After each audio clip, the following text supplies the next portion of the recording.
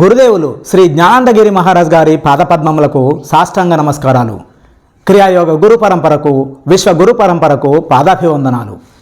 జీకేఎంసీ ప్రేక్షకులు, అభిమానులు మరియు క్రియాయోగులందరికీ నమస్కారం. అందరికీ రాబోయే గురు పౌర్ణమి శుభాకాంక్షలు.